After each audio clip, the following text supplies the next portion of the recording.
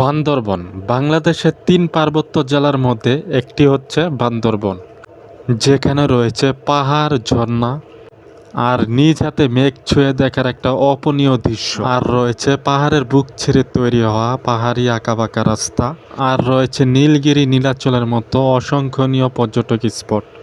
মেঘের ভেলায় বেশে আপন মনে কাটিয়ে দিতে পারেন পুরো একটা দিন এই বান্দরবনে। বিভিন্ন পর্যটক স্পট, ঝুলন্ত ব্রিজ এবং স্বর্ণ মন্দিরের মতো বেশ কয়েকটি পর্যটক স্থল আর ঝর্ণা রয়েছে। এগুলো দেখে দেখে আপনি কাটিয়ে দিতে পারেন সারা একটি দিন।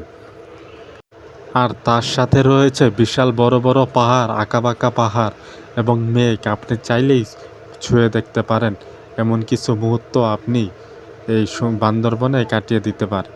দেখুন, খুবই অসাধারণ। রয়েছে হেলিপ্যাড, রয়েছে বিভিন্ন স্পট।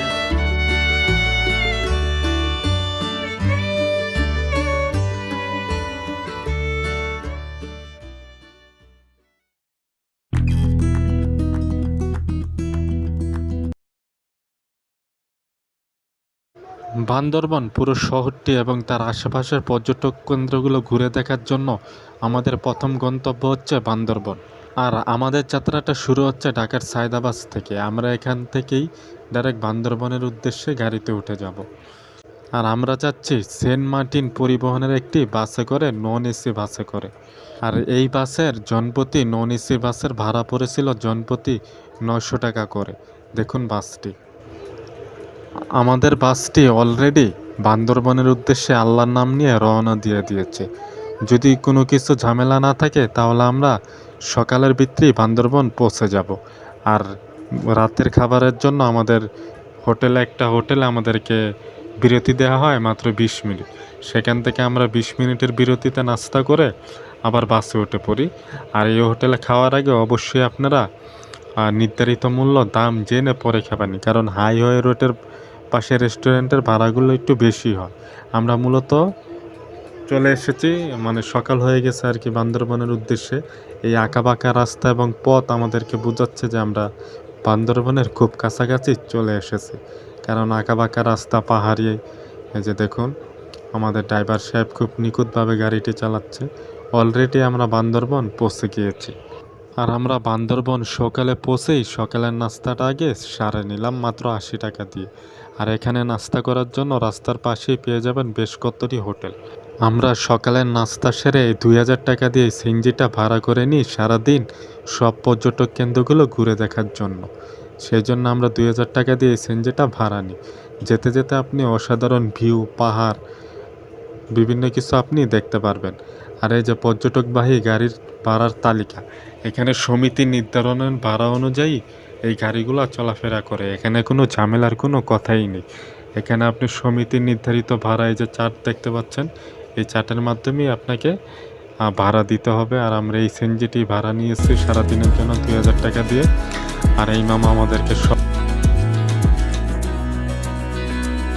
তো আসলে এই মুহূর্তে এখন আমরা আছি মিলনচুরি চেকপোস্টে। আর এখান থেকেই আপনি সাংখ্য নদীর একটা খুব অসাধারণ একটা ভিউ দেখতে পারবেন। ভিউ দেখতে দেখতে আপনি এখান থেকে চেক করে পরে আপনাদেরকে এন্ট্রি করে পরে এখান থেকে যেতে হবে। মিলনচুরি চেকপোস্ট থেকে সম্পূর্ণ করে আর 5 মিনিটের রাস্তা গেলেই আপনি দেখা পাবেন এখানকার প্রথম পর্যটক স্পট মিলনচুরি ঝর্ণা। এটা হলো মিলনচুরি ঝর্ণা। আমরা অলরেডি সেখানেই চলে এসেছি। দেখুন ঝর্ণার কত সুন্দর পানি। এই ঝর্ণাটা আপনি মূলত বর্ষাকাল ছাড়া না আসলে দেখতে পারবেন না। আর ঝর্ণার পাশেই দেখুন পাহাড়িদের, চাকমাদের নিজ হাতে বানানো কিছু জিনিসের দোকানপাট, যেমন ওদের হাতে বানানো। আমাদের ঝর্ণা দেখা শেষ। এখন আমরা সামনের দিক যাচ্ছি আরও কিছু পর্যটক কেন্দ্র ঘুরে এবং দেখার জন্য। আমরা অলরেডি আরেকটি পর্যটক কেন্দ্রে চলে এসেছি। এই জায়গাটার নাম হচ্ছে চিম্বুক পাহাড়। আমরা এখন এই চিম্বুক পাহাড়টি আপনাদেরকে ঘুরে দেখাবো। দেখুন চারপাশের ভিউটা কি অসাধারণ, খুবই অসাধারণ একটি ভিউ। পাহাড়, মনে হচ্ছে যে মেঘগুলো একেবারে পাহাড়ের সাথে লেগে আছে, খুবই অসাধারণ। আমাদের মতো আরও অনেক পর্যটকও এখানে ঘুরতে এসেছে, কিন্তু এখানে একটু পর্যটক এখন খুবই কম। যাক, কম ভিড়ের ভিত্তিতে আমি আপনাদেরকে ঘুরে ঘুরে দেখাচ্ছি যতটুকু সম্ভব। দেখুন এখান থেকে আসলে একেবারে নিচে কত সুন্দর ভিউ দেখা যায়। এখন আমরা চিম্বুক ঘোরা শেষ করে আমরা চলে যাচ্ছি আরেকটি পর্যটক কেন্দ্রতে। সেখানটাও আমি আপনাদেরকে ঘুরে ঘুরে দেখানোর চেষ্টা করব। তা আমার সাথেই থাকুন। এটা হচ্ছে টাইটানিক ভিউ পয়েন্ট। দেখুন ভিউটি কত সুন্দর। আমরা গাড়ি থেকে নেমে দেখি, পাশাপাশি অনেক সুন্দর একটি ভিউ আপনারা এখান থেকে দেখতে পারবেন। আর এই ভিউ দেখা শেষ হলে আমরা চলে যাব আরেকটি পর্যটক কেন্দ্রে। এই ভিউটির নাম হচ্ছে টাইটানিক ভিউ পয়েন্ট, এই জায়গাটির নাম। এখন আমরা এটা দেখে শেষ করে আমরা আরেকটি পয়েন্টে চলে যাব। আর এখন আমরা যে ভিউ পয়েন্টটি দেখতে যাব, এটা মূলত মানুষের নিজের হাতে তৈরি করা হয়েছে। এই যে দেখুন, এই জন্য এটাকে বলা হয় ডাবল হ্যাও ভিউ পয়েন্ট। দেখুন দুইটা একসাথে।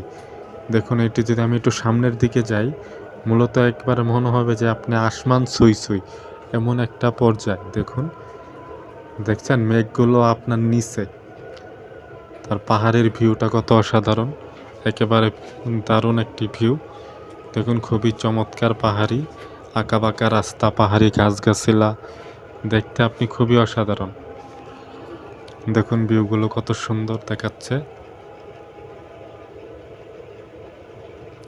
দেখছেন। তার পাশে এটা হচ্ছে একটা পর্যটক কেন্দ্র। আমরা এখানে এটাও আপনাদেরকে ঘুরে ঘুরে দেখাবো আর যতটুকু সম্ভব। তার সাথে অনেক সুন্দর সুন্দর পাহাড়। এই যে ওয়েলকাম টু নীলগিরি। এখন এই নীলগিরিটি আমি আপনাদেরকে ঘুরে ঘুরে দেখাবো। দেখুন চারপাশের ভিউটা, নীলগিরির ভিউ। এই যে এটা হচ্ছে নীলগিরির ভিউ, কত অসাধারণ। দেখুন এখানেও আপনি অনেক হোটেল রেস্টুরেন্ট পেয়ে যাবেন। মাশাল্লাহ, এখানকার ভিউটাও খুবই সুন্দর। দেখুন নীলগিরির ভিউ, চারো সাইডে পাহাড়, আঁকা বাঁকা রাস্তা, গাছগাছালা, একেবারে মেঘের রাজ্য, পুরো সাজেকের মতো। আর এদিকে সাংখ্য নদী আছে, ওই যে দেখুন ওদিকে সাংখ্য নদী দেখা যাচ্ছে বান্দরবনের। এই যে এখান থেকে আপনি দেখতে পারবেন চারো সাইডের ভিউ। দেখুন চারো সাইডের ভিউটা কি অসাধারণ, দেখতে খুবই চমৎকার। এটা হচ্ছে একটি দোকান, গিরি চত্বরের দোকান এটি। আপনি এখানে পাহাড়ি জিনিসপাতি পাবেন আর কি, ওনাদের হাতে বানানো। আর এই যে এখানে লেখা স্বাগতম নীলগিরি। দেখুন এটিও একটি রিসোর্ট। দেখুন এখানে আপনি বসে ঘুরতে পারবেন। এই যে গাছগাছালা, চারপাশের ভিউটা খুবই অসাধারণ। এই যে দেখুন এখানে আরও আমাদের মতো অনেকেই ঘুরতে এসেছে নীলগিরি, রুমা, লামা, এগুলো আর কি বলিপাড়া, এগুলো মানে আর কি পর্যটক কেন্দ্রই হতে পারে। দেখুন এখানকার ভিউটাও খুবই দারুণ। আমি আপনাদেরকে চারো সাইডটা ঘুরে ঘুরে দেখাচ্ছি যে এখানে আপনি বসতে পারবেন। দেখুন রিসোর্টের চার সাইডের ভিউটা খুবই অসাধারণ, মনোমুগ্ধ করা পরিবেশ। দেখুন আমি সামনের দিক যাচ্ছি, আর এদিকের চার সাইডের ভিউটাও খুবই দারুণ, পাহাড়ি। এই যে একটা দেখুন রুম, গাছগাছালা, ফুল গাছ, ধান চেনতে 30 কিলোমিটার। দেখুন খালি জায়গাটা, ভিউটি মানে খুবই অসাধারণ। এখানে আপনি ঘুরতে আসলে আপনার খুবই এখানকে ঘোরা শেষ করে আমরা আরেকটি পর্যটক কেন্দ্রে চলে যাব দেখি। আর আমি এখন মূলত যে জায়গাটি দাঁড়িয়েছি এটি একটি হেলিপ্যাড, এখানে হেলিকপ্টার নামা হয় এই যে এই জায়গার ভিতরে। আর আপনি একটু সামনের দিক যাচ্ছে আপনাদেরকে ভিউটা দেখানোর জন্য। ভিউটি মাশাল্লাহ খুবই সুন্দর। এই যে এই জায়গাতে হেলিকপ্টার নামানো হয়, এই যে এটা একটা হেলিপ্যাড আর কি। এই যে ওই লোকগুলা দাঁড়িয়ে আছে, এটা একটা হেলিপ্যাড। দেখুন পাহাড়ের অসাধারণ ভিউ। আর এটা আমি আপনাদেরকে ড্রোন থেকে দেখানোর চেষ্টা করছি। আমরা এখন চলে যাব ঝুলন্ত ব্রিজ, তারপর দেখাবো স্বর্ণ মন্দির। আমরা এখন সেখানের উদ্দেশ্যে রওনা দিয়েছি। আর এই সিএনজিটি আমরা শুরুতেই বলেছি যে 2000 টাকা দিয়ে ভাড়া নিই, যেতে যেতে দুপুর হয়ে যায়। তারপর আমরা দুপুরের খাবারটা খেয়ে নিই এই হোটেল থেকে। আপনি আশেপাশে অনেক হোটেল পেয়ে যাবেন। আমরা অলরেডি আরেকটি পর্যটক কেন্দ্রে চলে এসেছি।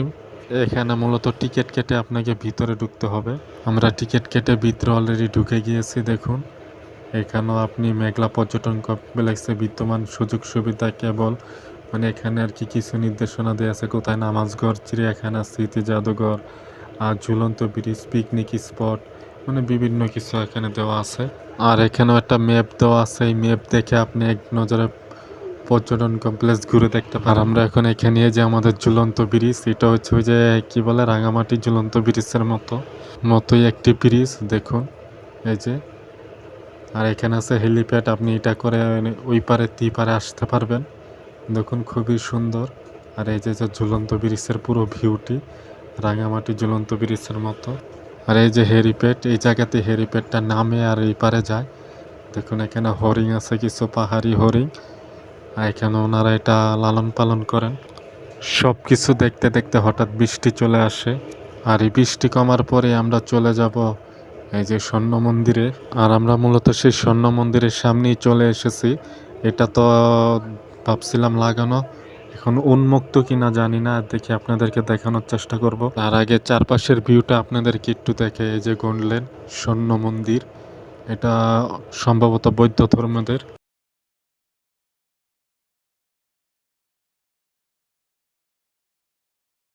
সেই কারণে মন্দিরের ভিউটা আপনাদেরকে আমি দেখাতে পারিনি, কিন্তু সম্ভবত বান্দরবনের সবকটাই ভিউ এবং পর্যটক কেন্দ্র আমি আপনাদেরকে ঘুরে দেখাতে পেরেছি।